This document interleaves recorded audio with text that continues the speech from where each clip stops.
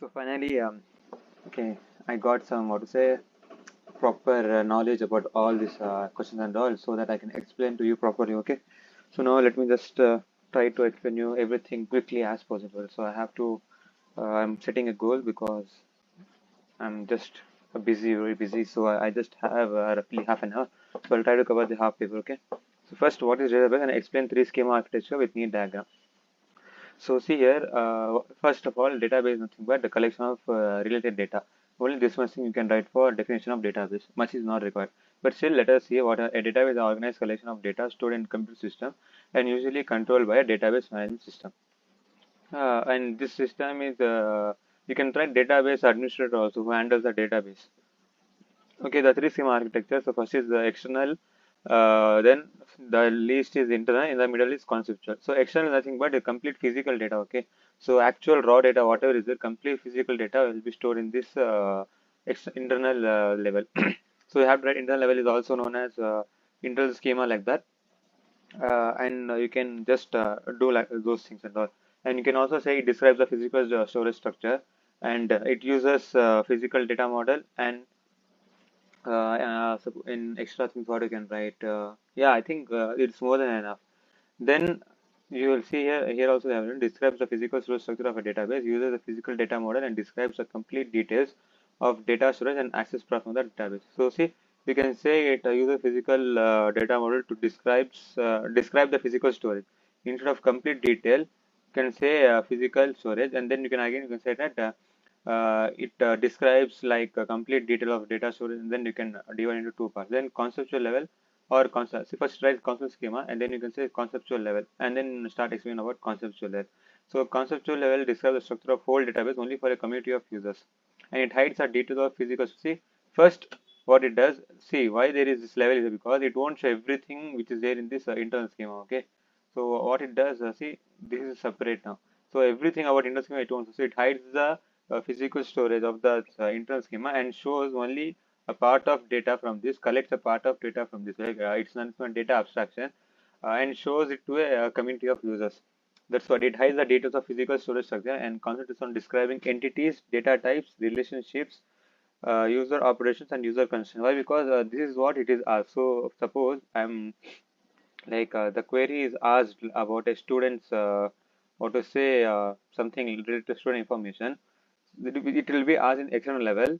So what will happen? Physical storage structure. This what it will do? It will give the complete student database or maybe university database to this console schema. From this place, that university database, only the required details will be sent to external view. Okay. So here, why it is known as community of users? Because see, each external viewer will have, see, I'll search something else, we'll search something else about the results of student will search about student result and all, teachers will search about student details like that and all. So different multiple people also, it becomes like a community. So all this together itself they are saying community. And here external view, so that's okay, that's what, see, part of physical storage is being explained. Hey, why am I explaining this part? So okay, I have to talk about what should be written for this question, right? So you understood it. Then see, for both external and conceptual, the representational data model is used to describe the concept schema. Here it is used to describe the external schema. Okay, and then it describes okay, when a database is implemented. The implementation of concept schema is based on concept schema design in a high level data model. See, these two lines is same for this. It will come here. Okay, same thing I write here. Only in place of conceptual, you just write external. Okay, that's it. And both are high level itself. Both are high level, and both use represent data model. So external view or external level includes member of external schemas. See, numbers of external schemas. It is not like only one. In this level, I'll have more than one. That's why they have given here dot dot dot. Don't forget to put dot dot dot and dot. Okay, which means more one or more external views will be there. That's why external view or external level consists multiple external schemas. Okay, which describes a part of a database to a particular group of users. See here, let me just highlight. So it part of a database, a particular group of users, and this whole database for a community of users. Like I said, complete university database for so many users like that. Okay, Then it is interested, which is see, it shows the data, describes the part of it only the particular group is interested in, and the rest of the data it has. For example, like I said, I want to see the results and all. The database contains so many things like other students' information, but I'm considering only about my result, right? If I put my USN, it's not showing everyone's USN. So only about mine. So what I'm wanting, it's just showing me, even though others other data is there. Then, as in previous level, each XML schema is typically implemented using a representation model. See, same thing, possibly based on XML schema design and high level data or something. Then here, see this thing I will just explain in small part.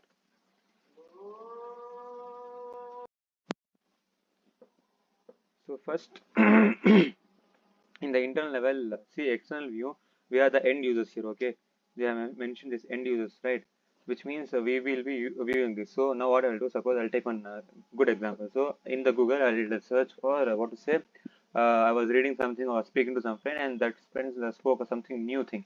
So I was like, what? Which word is that in? So I'll search in Google, right? In text also it happens when someone says something, you immediately go to Google and text, search that word.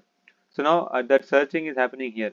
Now that is like in this, according to this type of view, it is a request made to the external view or to that Google search bar I am doing. So that request will be converted into a conceptual schema request for for a conceptual schema. Request for external schema is being converted to request for conceptual schema. Okay, now what will happen? It will go to conceptual schema, and now what will do? Conceptual schema will convert that request again for as a request for internal schema. Then in internal, what will happen? See, then in internal schema, whatever the data is required, see, the if the requested data the if the request data is repeated, the data is extracted from the stored database, must be reformatted to match the user's external view. Okay, so what we'll do for you to understand, like I said, I search for some words meaning. So what will do, it will send request here, it's got converted, and then it's an so what it will do, it will send the complete dictionary database to this conceptual level. So now what is here, here will be my complete dictionary database. From this complete dictionary database, so it is for it is this dictionary is available for all community of users, right? So, but I have searched only for particular word. So what will do, this dictionary will show only the meaning of that word. Okay, that's it. So now see here, whatever the transformation happened, see the data extracted from the stored database must be reformatted to match the user external view. This process is called mapping. Okay, they might ask a sub question why mapping is important. Mapping is important. You can say that to transform the request from one level to another level. Only this much you can also say. Then benefits. See, what are the benefits of all this thing? Very simple. Data abstraction means it is showing me what I need. Okay, it's not showing everything. So see, separates physical storage details from the logical data model, making it easier to manage the database.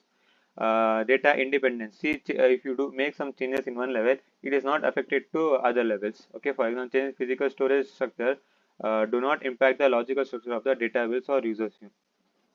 Okay, then security provides different views for different users, ensuring that users can only access the data they are authorized to see. Different view, okay, security is there, so they can whatever they're asking, they can see that. And also you can say that they cannot access the actual complete physical storage. That only what is that? Who data administration and all they can use that. Different views also you can say for this is like. If I want to see a video, I'm seeing in video format, text in text format, pictures like images and all. Then why do we need mapping between schema levels? So see, here he has done a lot of stuffs. I just read, but I said you right. How see this is not actually required for that mapping thing. I had written why mapping. Just a moment.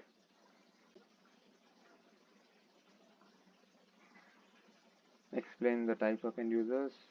Three schema architecture. Okay, yeah. See why mapping between schema levels are required.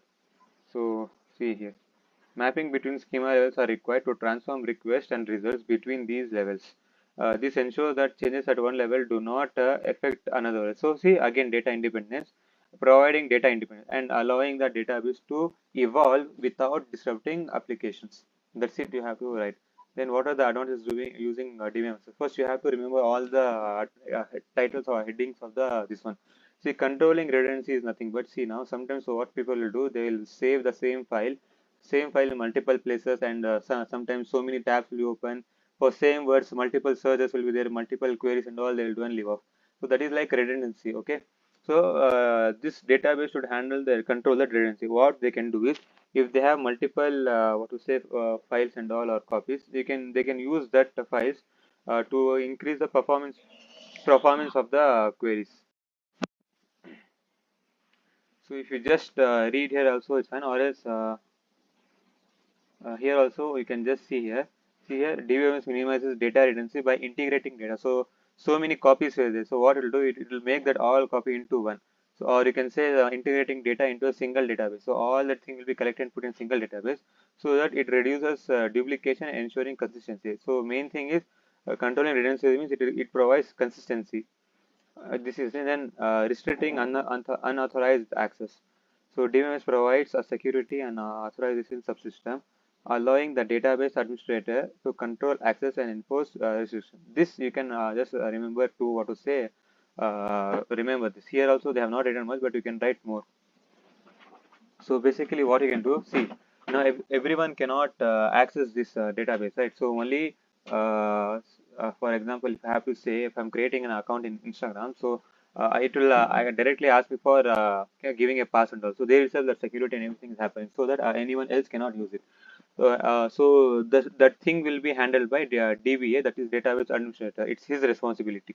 So you can write one question is asked, what are the responsibilities of DBA, database administrator? You can tell that what to say, controlling access and restricting authorization, restricting all those things, providing security and all. See, a DBM should provide a security and authorization subsystem, which is a DBA, which the DBA uses to create account to specify account restrictions. So whoever has made the social platform, so it has made that restrictions and all. Then the DBA should enforce these restrictions automatically. You understood, right? So it made so for Instagram they made like that. So automatically every time they create anyone, so automatically the restriction is applied for everyone's account.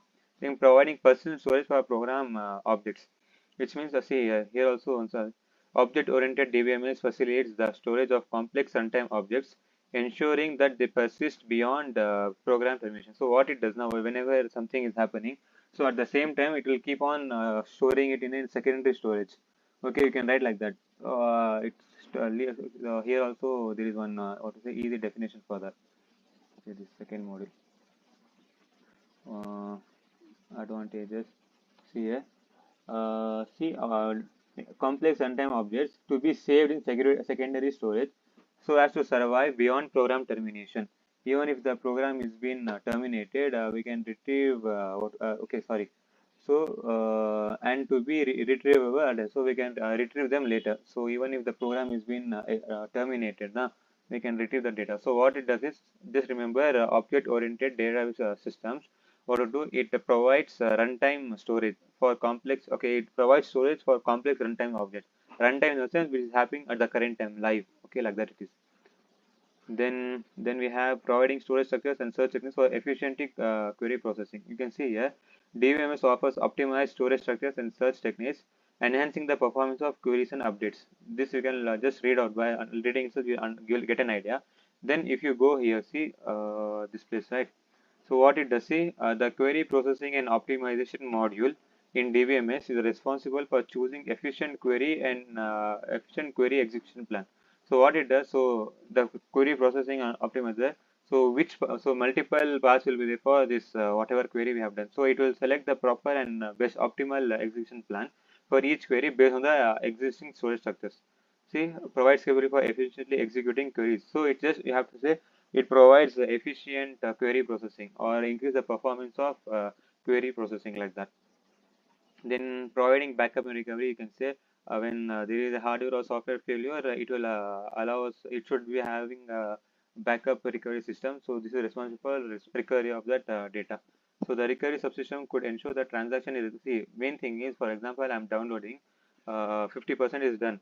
So suddenly what happened, data goes off and something happens and like gets switched off, and then again I'll reopen it, right? So if I pause the resume the download, click again, so it will resume where it had stopped. Okay. So database system should provide that. Then providing multiple user interfaces. So see here, interface is nothing but the way we are interacting with the system. So here you can simply say that it will allow various levels of see many types of users with varying levels of technical knowledge uses a database. If you see here, Dbms supports various user interfaces catering to different user needs and different technical expertise. For example, we know that it's a code blocks, VS Code and all. That is for application programmers. That interface is for application programs. So I am a programmer who creates applications. So for me, the interface will be that coding interface, right? And then for end users like us, it will and few people have menu-driven interfaces like web pages. If I click somewhere, then it will go to that place. That is menu-driven. And then I have graphical user interface in mobile applications. Then, okay, so query language for casual users, programming language for interface for application programmers, forms and or command code for parametric users, then menu like that you can write. Then representing complex relationships among data. So DBMS can model and manage complex relationships among data, making it easier to retrieve and update related information. Okay. Then DMS must have capability to represent a variety of complex relationships among the data to define a new relationship as they arise, and to retrieve and update related data. For example, there will be here employee table, and here what I will do, instead of insert employee, I'll write department table separately, and this employee and department table is related to each other like this. So that's what it does here. So whenever I add something about employee, so employee will be having a column known as department ID. Here also there will be department ID and department name. So with respect to this department ID, it will give me the details of the department, everything, whatever it is there. Then enforcing integrity constants. So three things we have to talk about. One is data type, referential integrity, and then uniqueness. So data type is that if I'm declaring something as int, it should be int itself. I cannot declare my name as if I suppose my name. So I'll say Rehan. I cannot say int. Okay. So, and then if I have to write age, I cannot give as a character 19. I can give it as character, but while in taking input, right, that it's not a good thing. So database data type should match the value. Then we have more complex data. Then here it's better in this part of thing.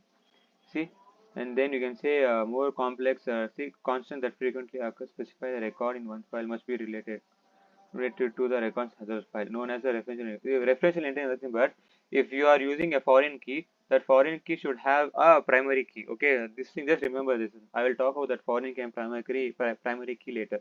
So it's very important. So you have to say that every foreign key must have must refer to a primary key in some other table or something like that. Okay, that's done. Then permitting interfaces and action via rules. So in this, you have to talk about two things. One is directive database and one is the active database. Directive database will have declarative rules. Active database will have active rules. Declarative rules, what it will do, it will infer new data, and active rules will take actions automatically whenever is required. That's it. Then what is weak entity type? Weak entity type is nothing but first they have, okay, data dictionary is here. Weak entity type is nothing but, so suppose say entity is there, something entity is there, it has an attribute. Okay, it doesn't have itself a key attribute. So if I say a student, so main key attribute is name in that. Okay, suppose there is an entity which does not have itself this main attribute, key attribute is not there itself. So that that type of entity is known as a weak entity. So basically they are dependent on some other what to say in simple as they are dependent on other attributes. Those attributes can be called as strong or owner. See, an entity that cannot be uniquely defined by its own attributes alone. It is relying on storing or owner's entity and a relationship with that entity to ensure its uniqueness. Okay, so you can say characteristics also say lack of key attribute, dependence of data, show of strong entity, existence dependency. So cannot exist without an associated strong entity. So unless and until I don't have a strong entity is nothing but which has key attributes. So until that's there, I cannot use any strong or say relation itself. So and it is dependent. Then lack of key, no key attributes are there. Then what is data dictionary? You can read this here. It is a centralized repository that contains definition and description of the data elements within a database. It includes information about the data types, relationships, constraints, and other metadata. So it can contain data, all those things. It stores, it can see components. It will be having table, whatever we insert, right? Table, columns, and values for each thing. And then example they have given in a university database. The data dictionary might define the student table with the columns like student ID. Student ID will have the then name of the student, age of the student, class, date of birth, everything like that. Okay. Then next, explain the categories of data model and define data model. Discuss the main categories of data models with examples. So we have here high level, conceptual, and low level. A data model is nothing but a collection of concepts that can be used to describe the structure of database. A collection of concepts that can be used to describe the structure of database, nothing but a data model. It provides the necessary means to achieve this abstraction. Okay, let us see here. Categories of database. Yeah. So see here, data models. The data model, a collection of concepts can be used to describe a structure of database,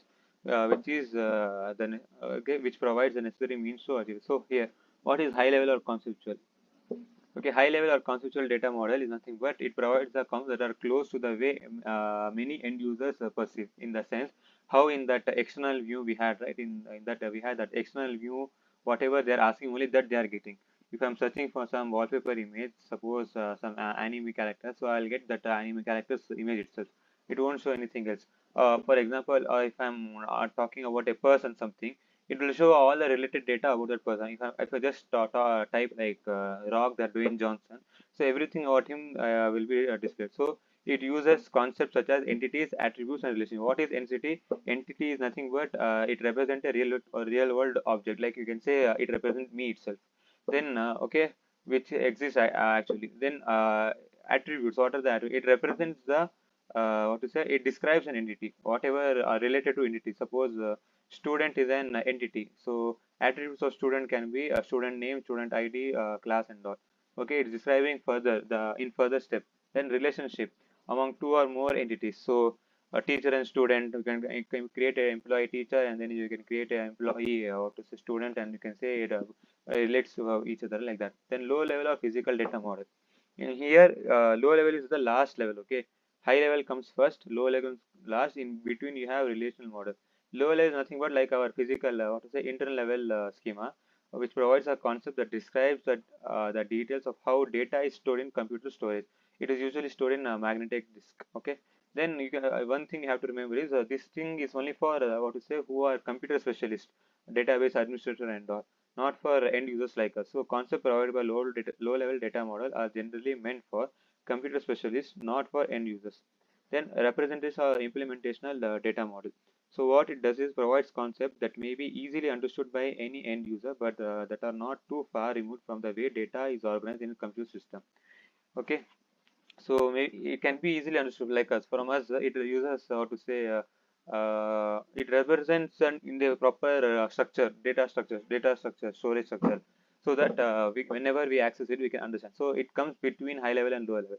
Then what it does, it hides many details of data storage on disk, but can be implemented command system directly. The same thing is given here, and then you can simply draw this diagram. So this 2B, we have this question here. This actually I did not prepare this because I thought of like skipping this part of topic, but it will paka come in the examination. You can just read it, or else later I'll try to explain this. Then what are responsibility of database administrator? Okay, so responsibilities of database administrator.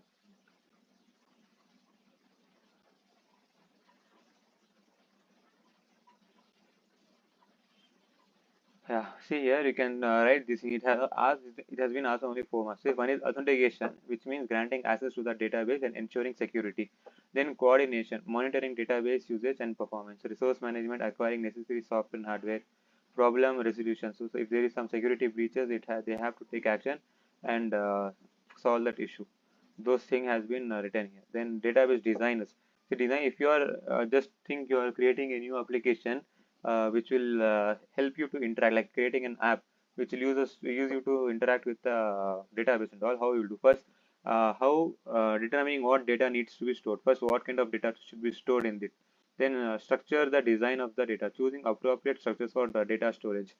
Okay, like you'll be having in form of list, in form of stacks, user. Okay, list. This very example is list and all. Then user communication interacts with users to understand their requirements.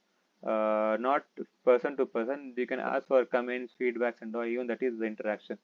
Asking them for feedback. Suddenly something pop up, rating and all, 5 star that and all. Then view integration, developing and integrating different user views into a cohesive database design. Like I said, in the behind new integration, view integration, there you can talk about interfaces for application program one view, for end users, parametric users, casual users one view, like that.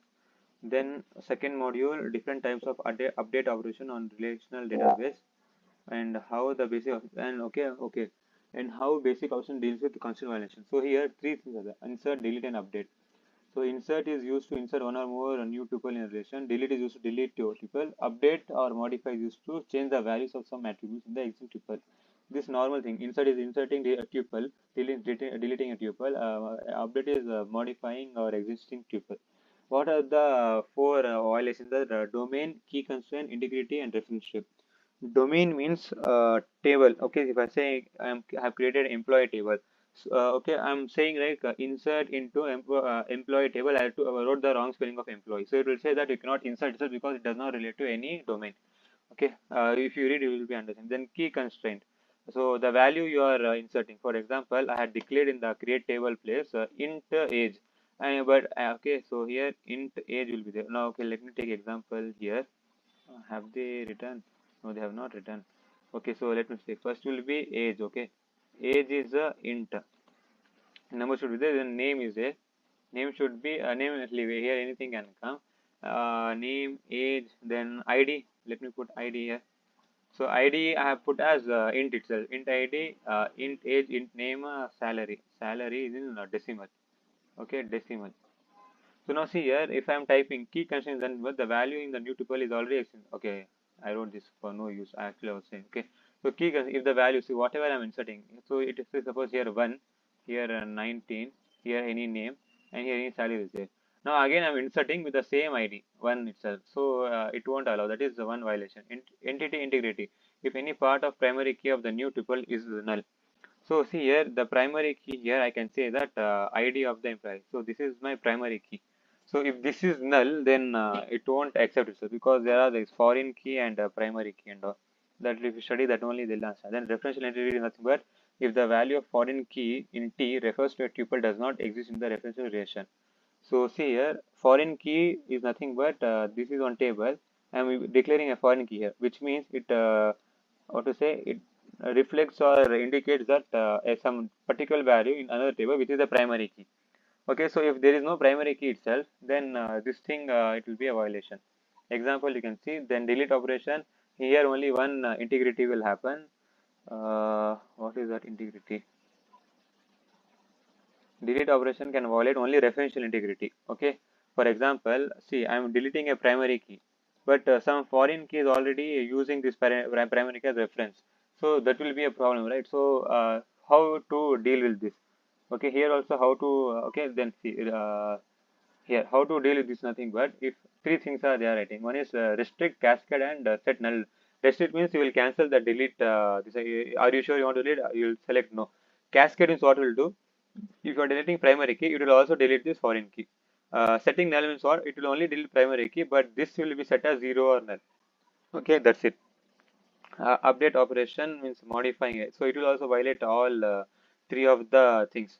So simply what you can do, right? Same thing. What is there? Insert. Write everything. Just write instead of one. You see, if a new key value, if the new attribute value, if any part of primary key of the new tuple is null. Okay, the new primary key is null. So now simply just add new like that. Okay, then that finishes this update operation. Okay, actually it took a lot of time. I have to go. Sorry for that. Try to explain as soon as possible. For who are seeing after many months and all, for them it will be already available. Can I please ask you to subscribe? That's all we want, man. Just press subscribe.